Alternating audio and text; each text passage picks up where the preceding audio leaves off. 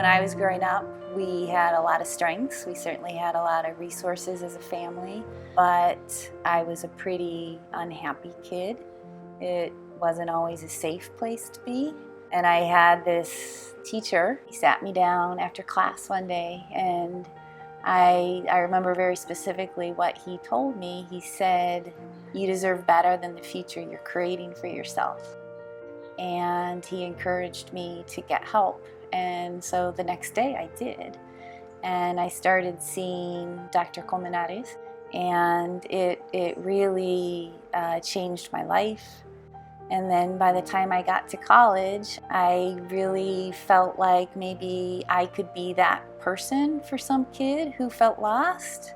If they could find their footing again, then I would be successful. So that's what I decided to do. I decided to be a therapist. When I was in high school, we started off our freshman class with 1,200 students. By the time we graduated, there were 600. By the time we got to college enrollment, we were down to like about 300, 200.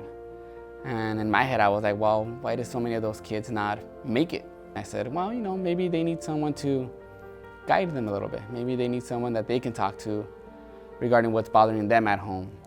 Seeing people in my family that were in the same situation, that weren't able to make it, that wanted to, had all the drive, had all the intelligence, it's just personal issues at home, issues with their parents, it got in the way and they just weren't able to. They were stuck in their world and they couldn't get out of it. And most of the time they wanted to and they just couldn't see what was beyond the 1 square foot radius of our city. And that was a very, very big motivator. We couldn't leave home. She didn't want to leave. She wanted to know we were leaving, exactly where were we going, how long were we going to be there, and the type of food that was being served constantly. So that's the reason why I took her, because I'm like, something happened or something's happening for her to feel that she can't leave the house. So you started going and Yeah. what was that like? When I came in, I was like feeling okay, but when I left to go home, I felt like very happy. So Mia, tell us about your duck.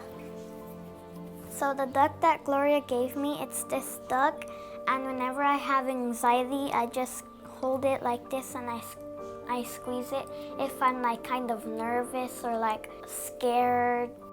Mia is amazing. She's just amazing.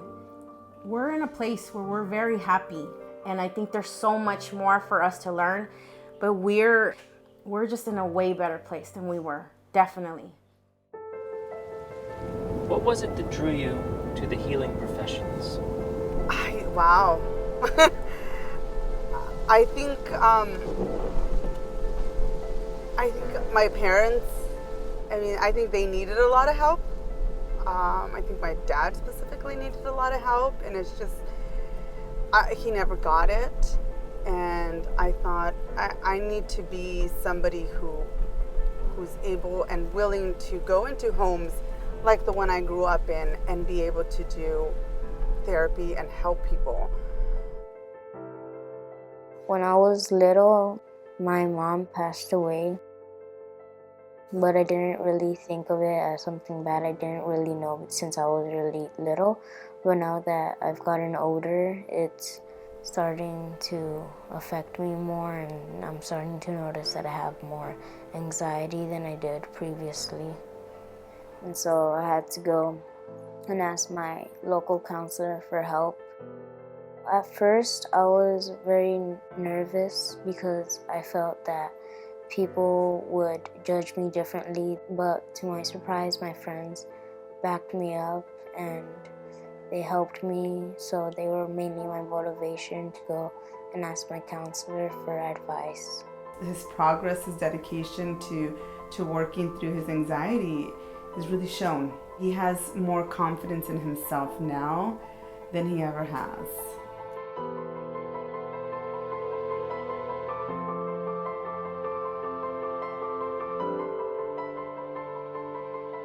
I'm much more optimistic than the average person because we get to see these little people who come into our offices, and life has given them and their parents absolutely no reason to trust us. or to trust anybody or to feel hopeful, but somehow they find the bravery and the resiliency to come in and they trust us with their stories and their feelings. And as the executive of the organization, I hope that I instill that sense of hope and optimism and the feeling that, hey, we're lucky to be doing this. It's a really good feeling to be someone's safe place and to be trusted that way. The different settings that we work in, I think, hold true to the Guidance Center's vision of finding the client where they're at, working with them wherever they need it. Coming to Catalina, we work at the school because we know for sure that the kids are going to be here.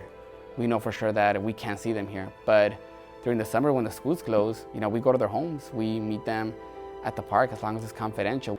The different settings lend to the clients so that they can feel more comfortable in what they want to do. If we're at home and they feel uncomfortable speaking in front of their parents, they're not going to tell us their problems. If they come into the office and it's too intimidating because they've been in a lot of different offices before, it doesn't work for them. So our flexibility allows them to be more comfortable. And ultimately, if the kids are comfortable, then they can do better.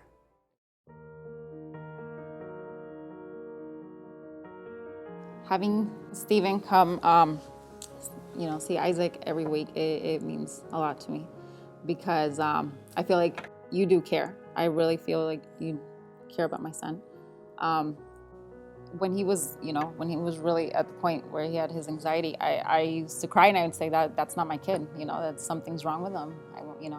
Now he's back to normal. I mean, once in a while he has his little attacks, but he's smiling. He likes to go out now, and if it wouldn't have been for you, I don't know where we would be. And it's helped me a lot. Are you happier? Yes. Are we finished? I'm very honored to be the executive of the Guidance Center, especially at our 70th anniversary. We started out as this very small little organization because some community members were concerned. And here we are now. We treat 3,000 kids every year and growing. I find it very humbling to think of all those families that put their faith in us for all those years and all those decades. And I just want to keep the tradition and keep moving us forward.